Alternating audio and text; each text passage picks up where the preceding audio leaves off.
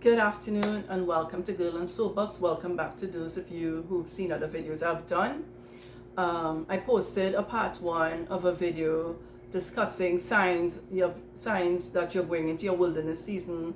It could also be used for signs that you're facing witchcraft attack, because both happened to me. They sort of like happened simultaneously.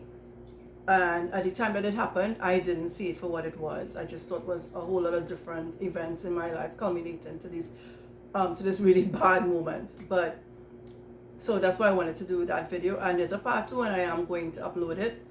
But I wanted to do this more of a fun video to talk about the fact that God remembers us, and sometimes we think He forgets us, and every now and then He sends us a fun sign, right? Something playful, to remind us, look, I remember you, I have you in mind, as He said, right? We are always in His mind.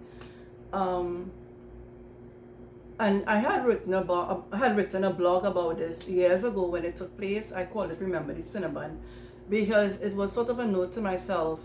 Look, if God remembered you with a Cinnabon, how much more for other things in your life? I mean, it hasn't done that. Every now and then I remember that, and what it has done is made me question God even more, because I would always go like, if you did that with a Cinnabon, why can't you do this with other things? Like, I thought that is what you were saying to me at the time, right? So I'm going to tell you the story of the Cinnabon, true story, and it's very heartwarming. So a few years ago, I went to one of our local malls with my mom, my brother, and my sister.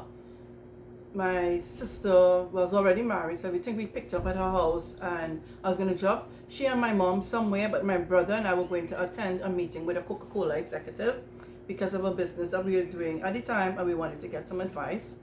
And a friend of mine introduced me to this executive, and he said he would give us some free advice, right? We can have a meeting with him. And of course, who doesn't want free advice from a Coca-Cola executive when you are going into your own venture?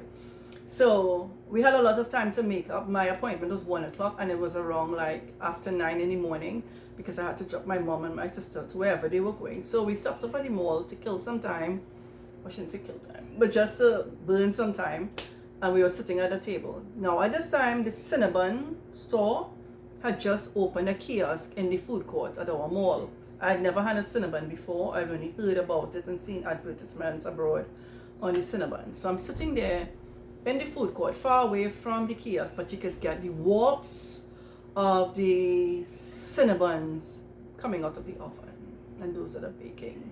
And as I said, I'm a baker myself, and my mouth started to water. And that was back when I could eat gluten, so yeah, nothing was going to stop me. So I'm sitting there and I'm smelling this, and I started to get like, I said to my brother, I said, I really want a Cinnabon. So he didn't take me on. I'm the eldest child, right? I'm the first child, but you know, you just like to play with your younger siblings. And I said to him, I really want a Cinnabon. My mom is sitting here looking at me. He didn't take me on. So I said, I really want a Cinnabon. So nobody took me on. I said, will you buy me a Cinnabon? So he said, no, go buy yourself a Cinnabon. So I said, I don't want to buy myself a Cinnabon. I want somebody to buy me a Cinnabon. Now that is very out of character for me. When I want something, I purchase it myself. I never put it on other people that I should get anything from anybody else. I don't have that sort of entitlement about me. I may have other faults, but entitlement is one of them, except with God. That is, I think, to some degree.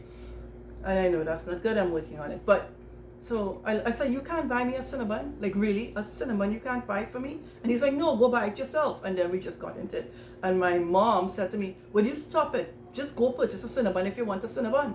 So I was like, yeah, but I want somebody else to buy it for me. And then she went like, no, well, let's leave. And nobody bought me the Cinnabon, right? The Cinnabon.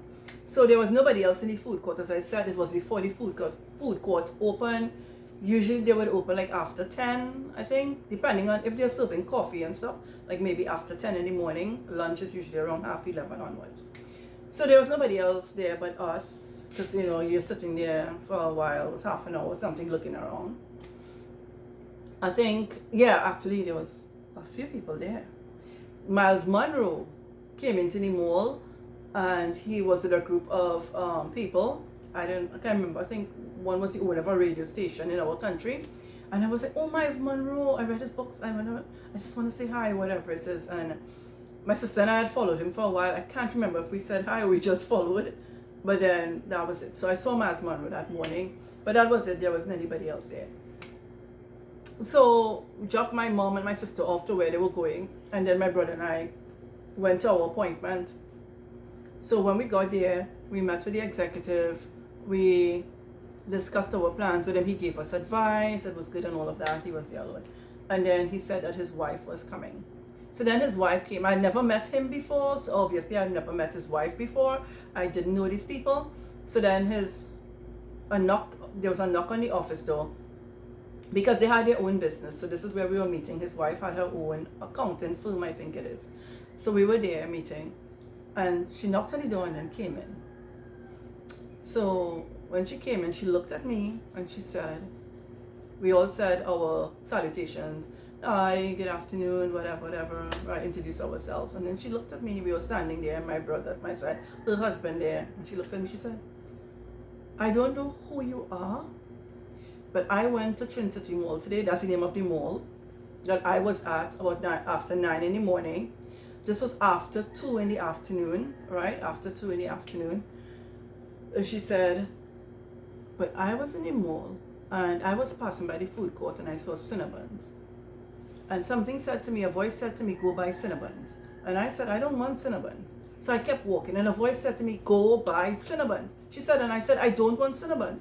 So she said she was leaving the mall. It's almost like an argument to this voice. So she said she was leaving the mall, and I was just exiting. The voice wouldn't leave her alone. And she said, the voice said, go buy Cinnabons for the girl that's meeting with your husband.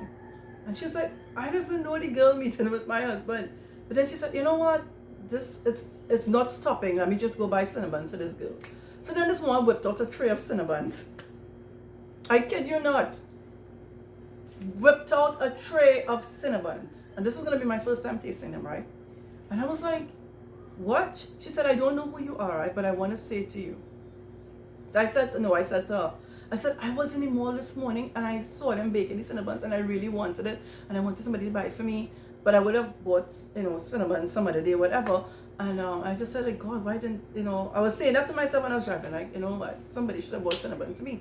She said, I don't know who you are, but you be careful what you ask for. Because you asked for Cinnabons, and God wanted to make sure you had Cinnabons. She said, so you need to be so careful of what you wish for, because here it is, that's what you asked for. She said, and I know now as the Holy Spirit, He will not leave me alone. You have to buy it for that girl. And she handed me my tray of Cinnabons. Now I wish it had touched my brother in such a profound way, because he is not of our faith. He don't believe Jesus Christ is like the Son of God and all of that. I thought that being such a miraculous event, because what are the odds that somebody who don't know you, the Lord would say to them, buy you Cinnabons on your first time meeting them. And but it didn't touch him. He said it was just a coincidence. That's not a coincidence, the way it happened. But anyway, I got my Cinnabons, and then I went to pick up my mom and my sister, and I asked if anybody wanted Cinnabons, and everybody was in such awestruck. Nobody wanted Cinnabons, but I ate my Cinnabons, enjoyed my Cinnabons. And it was a reminder to me that God hears our prayers, no matter how silly we may think it is. I really, in my heart, wanted to taste the Cinnabons, but I didn't want to buy it. I don't know why, but maybe that was God making me not want to just, because I had the time. I could have stayed there and waited until they opened, right?